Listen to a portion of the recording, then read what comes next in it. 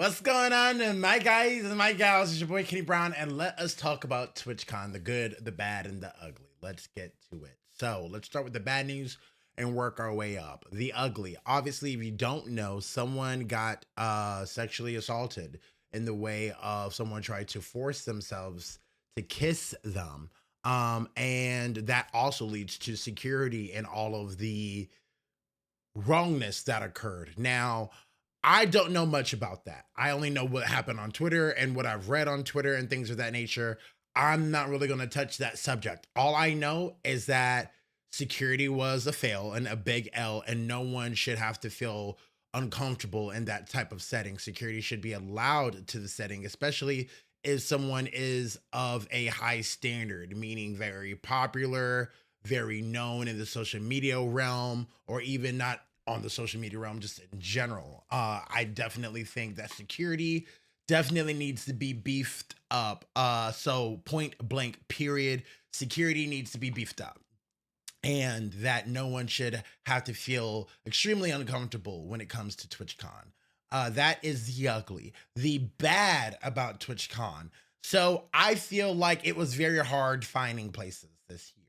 Things were very, very spread out. I feel like last year with the guild halls being like right next to the elevator, like right there, and then, or escalator, excuse me, and then the artist alley being right there, everything was kind of in one location. Now I understand you don't want everything being in one location because you want it to be spread out. COVID is still a thing.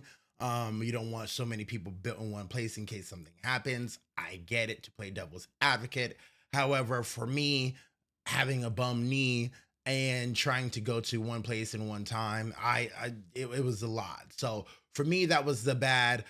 Security definitely needs to be still beefed up. I definitely believe that security, it's not the greatest and it's not the worst, but it definitely needs to be improved. Okay. There are some times where I did see security doing their job, but there are other times where I was like, wow, this is definitely a huge mishap. Something could go wrong here. Where's the security at? I don't see him.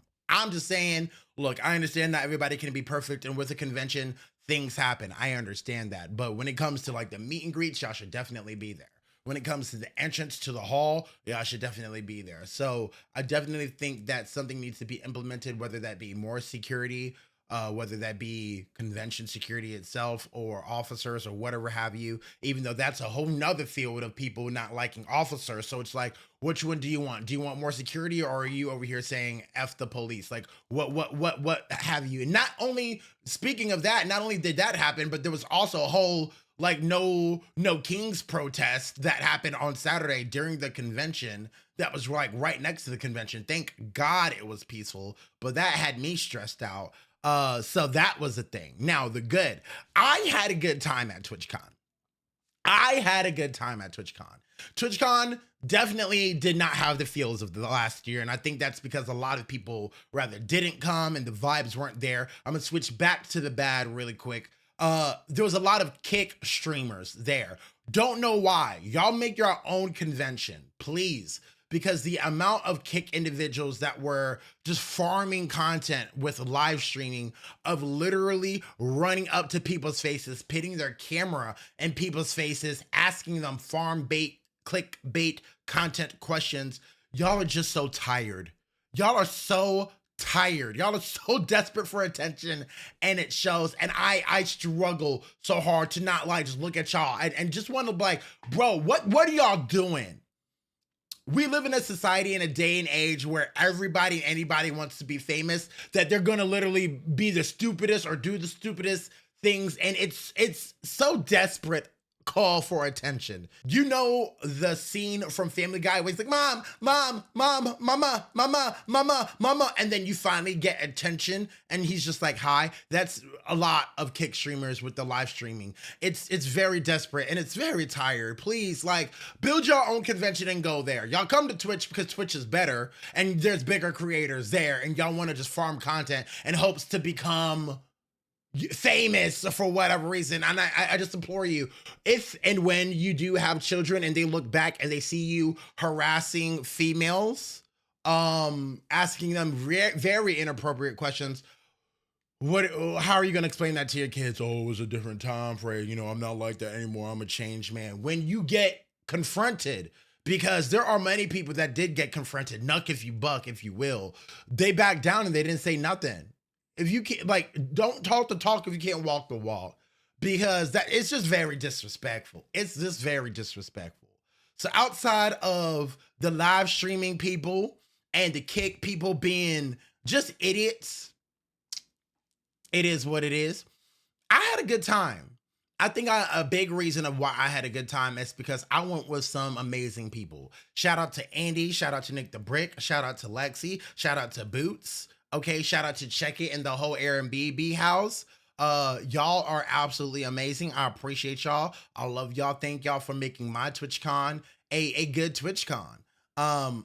It was very tiring. I mean, that might be because I'm getting old, to be real with you, but I got to go. I got to meet a lot of cool people that I've rather met before or have never met before. It was really cool getting to meet all of you. Here are some pictures and stuff that I did throughout TwitchCon. We started at the zoo. I haven't been to a zoo in years. So going to the San Diego Zoo, which unbeknownst to me is like one of the biggest zoos ever, because we got there and I was like, this mother sucker is massive. What in the world? Those pandas, lions, tigers, and bears. Oh my, like they had them all. We spent 4 hours there and we still did not get to see everything, and your boy was tired off rip. That's what we ended up doing on Friday. We also ended up going to this like Brazilian Foco steakhouse. I've never been to a steakhouse before, and it was $69 for all you can eat. And pause, I've never had so much delicious meat in my mouth. Like the way the tenderness of this meat and everything like that was just going. And I know me being a queer man saying pause is crazy, but we're just gonna let it play. But we just, it was great. It was great. I had a great experience. Our waitress who gave us a free dessert, which was a tres leches cake. And if you don't know, tres leches is one of my favorite desserts of all time. So thank you for that. And then shout out to the people at Casa Cantina. It is, I'll put it on the screen here. It is a local bar in San Diego. Y'all were amazing. The people that worked there literally made our entire trip. Shout out to the owner who gave us coupons and stuff for the free drinks. Because when I tell you, we went there Thursday, Friday, Saturday, and Sunday. We went there all 4 days. Sorry, because I ended up getting there Tuesday. So let me rewind. We ended up going there Tuesday, Wednesday, Thursday, Friday, Saturday, and they went back Sunday. I ended up leaving on Sunday at like 3 p.m. because your boy was tired and I wanted to get back to my dog in my bed. I ain't gonna hold you.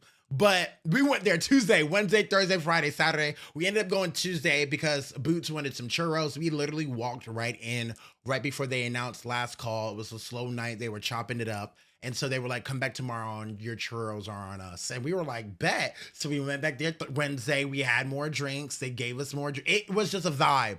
Thank you. Thank you. Thank you. I know for a fact, I live like almost 3 hours from San Diego. When I do go back to frequently visit, when I do go back, I know that's the spot that I'm going to go to, because the waiters and the people that work there, 10 out of 10 recommend. So that brings us to Thursday, TwitchCon day 1 for me, because I had to end up going to go do the partner party. So we went to go grab our badges at first, which if you don't know, the badges looked like this year. That's Nice Wig signature. That's the only signature I wanted. But they had a purple heart on there, your name, and then for TwitchCon. Now this symbol was different for everyone. So they had like a gummy bear, a controller, and some other things depending on what your tier was inside of the TwitchCon universe. So like community, artist, ally, exhibitor, etc., etc., etc. So I always keep my TwitchCons. That's the last year one that I went to last year, and then the one from 2021 with Megan Thee Stallion. That is in here as well. I'm going to go ahead and put it on the back of the door. No, but Thursday was a vibe. Thursday was really just like, hey, let's focus. Let's make sure you're looking good. Parking was a pain in the butt, but thank God, thank you, Jesus, up in the sky to bless us with some parking apps that led us to some parking areas that led us to Ubering around and stuff. Thank you, because God, without you, this trip would not have been possible. So first things first, Thursday night, we ended up going to the partner party, and the partner party was fun. I walked up there and was very light. I'm not gonna lie, I was looking for my black people. There were not a lot of people of color this year that went to TwitchCon in general. I know there's not a lot of people of color on TwitchCon in general, but that went to the partner party. I felt very out of my area, and that's not a dig at any of my other creators.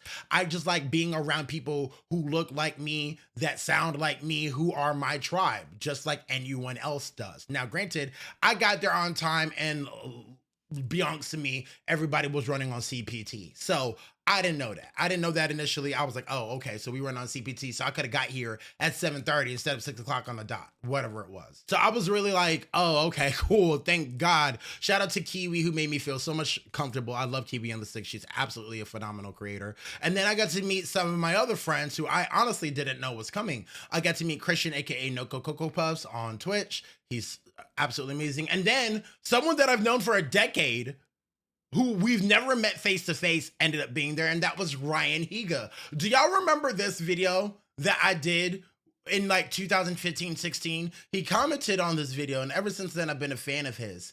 And honestly, I've never met him since, but I've been following his career ever since then. And this guy, him being there, I was like, I absolutely have to get a photo with Ryan because this needs to happen. I met a lot of other great creators and people that were up there. I finally got to meet Trixie Mattel. I was stunned by that. I was like, oh, hey, Trixie. Met my friend Dylan, who I've known for like 10 years again. Ultimately, it was really, really cool getting to meet a lot of you. So we got to meet each other, and I didn't name drop you here. It's no shade. It's just I'm filming a YouTube video, baby, and we got time and analytics, you know? So Thursday night was fun. Friday was day one of TwitchCon, so we pretty much just went through the convention hall, got to see a lot of the exhibits. Shout out to Elgato for digging me and helping me out with the new Elgato prompter that's coming out. Well, actually, that's out now. This is the original version that's up here, but the XL version, which I will be purchasing eventually, is coming up. And the shout out to the Elgato reps that were there, because they helped me out to figure out how I can get a shoe for the camera, so that way the Elgato prompter doesn't tilt down when I put it on the camera and the tripods and stuff. So shout out to y'all. Shout out to y'all as well, because the boom mic arm that I'm using now is Elgato's. So shout out to that, because they're coming out with a new wave mix arm, and yo, I'm with it. I am with it. So shout out to Elgato for all of the neat upcoming gadgets and stuff that I inevitably want to dive into. So shout out to y'all. And I know you guys are coming out with a new wave cam, so I'm excited for that as well. So face cam, excuse me. So I'm excited for all the Elgato stuff. I got to meet up with some other people from other exhibits. TLDR, they're helping me with my Twitch with AI clips and things of that nature, so I think that's really cool. I got to meet up with some of the exhibitors from Arc Raiders, which was dope. Got to chat up with them. They gave me a really, really cool t-shirt, which I inevitably ended up losing, but that's besides the point. We still got really good connects, and it is what it is. And so many other great exhibitors that I got to talk with. It was a pleasure meeting you. And honestly, this TwitchCon, it was fun. It was fun. That's all I can say, really. It was fun. The vibe obviously was off because the OGs and like my friends that I wanted to be there weren't there, but I was happy with the people that I went with. But the vibes were definitely different this year. Like the energy and the aura in the room were just definitely like something missing. And I don't know if that's just like the magic of TwitchCon, but it was missing. The partner lounge was cool. I've seen a lot of discourse about the partner lounge and how people were like, oh, they didn't have stuff, or they did have stuff. In my experience, they definitely had stuff. You just had to be there. I don't know if last year they kept everything booked, stocked, and ready, but this year, I every time that I went to the partner lounge, I didn't have no problem. I've seen people on X talk about, oh, they didn't have this, they didn't have that. Every time I went to the partner lounge, I was able to get free Red Bulls, free nachos. The only thing that I didn't do, and that's because it's my fault, because I didn't ask the guy, was get those fancy ass headshots. So that's that. I mean, the partner lounge for me was cool. They gave us the visor and the sunglasses that they do every year, and everybody's like, well, because of all the prices that we paid, they should give us more shit. They gave you free bar at the partner party. They give you free food at the partner party, as well as free food and free bar at the block party. I think, yes, TwitchCon is expensive as hell. It is getting more expensive. But for what the world that we live in, a lot of the free stuff that we received, I think our money was well spent. Like everything that was at the block party, the karaoke thing, all of the stores and the thing, like those need to be paid for. You know what I'm saying? So that comes out of our money, I would assume, or I would hope, and including the free alcohol and the free food. So I didn't have no issue with like where my money was going to. However, that doesn't necessarily give me an excuse to keep paying that price every year because once again, like I said, TwitchCon is becoming expensive. I don't know if I'm going back next year. To be blunt frank, even though it is only like 2.5 hours from me, Airbnbs and hotels are expensive. Parking is expensive unless you're right during gas lamp. So you really gotta get that stuff way in advance, which I could have, should have, would have. But as y'all know, I just came back from Japan. So planning this TwitchCon trip was very like last minute. And I was just very happy that I have good friends who took care of me and God's blessings and my family who was able to help me out. At the end of the day, I do think TwitchCon was cool. Saturday was the block party.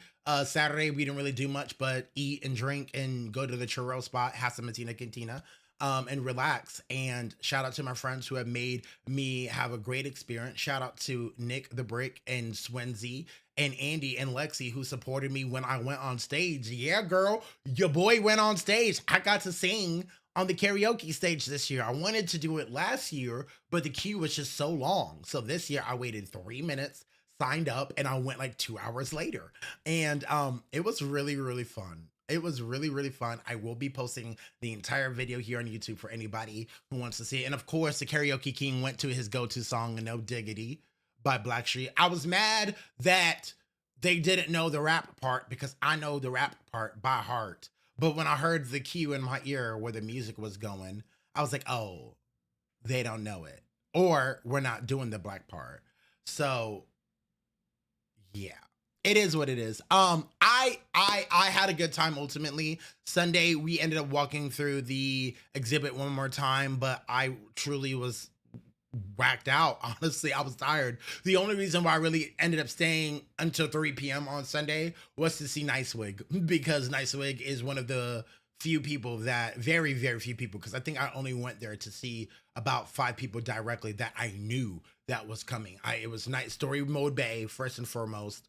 Nice. Actually, that's a lie. I didn't even know that Miss Brianna was coming until I saw her notification on my phone from her Twitch account that said that she went live from TwitchCon. And I was like, oh, she is 100% going to be on my list now. So I made sure. I was like, I've been in the Bay Brigade for like 4 years. I need to meet Story Mode Bay today. So I made sure that that was happening. It needed to happen. So Brianna became number one. Nicewig, obviously. Then I really wanted to meet. I didn't know Berlizzi was going to be there. So Berlizzi, we made sure that we were going to get Berlizzi. So he ended up being a part of the top 5. The other one I wanted to end up meeting was Buck. He's a Monster Hunter entrepreneur, as I say. I love Buck. I've been a big fan of his since last year. So shout out to Buck. He does great, amazing content in general. Not only Monster Hunter, but that's how I got introduced to him. And last but not least, I ain't gonna lie to y'all. I know I said 5, but it's really like 4. Everyone else was a blessing. Everyone else was an addition. Like everyone else that I saw was a plus. Like seeing Christian, aka Noko, like I didn't expect you to be here. Ryan didn't expect you to be here. Mina didn't expect you to be not the Mina, but my Mina didn't expect you to be here. Like everyone else that I saw,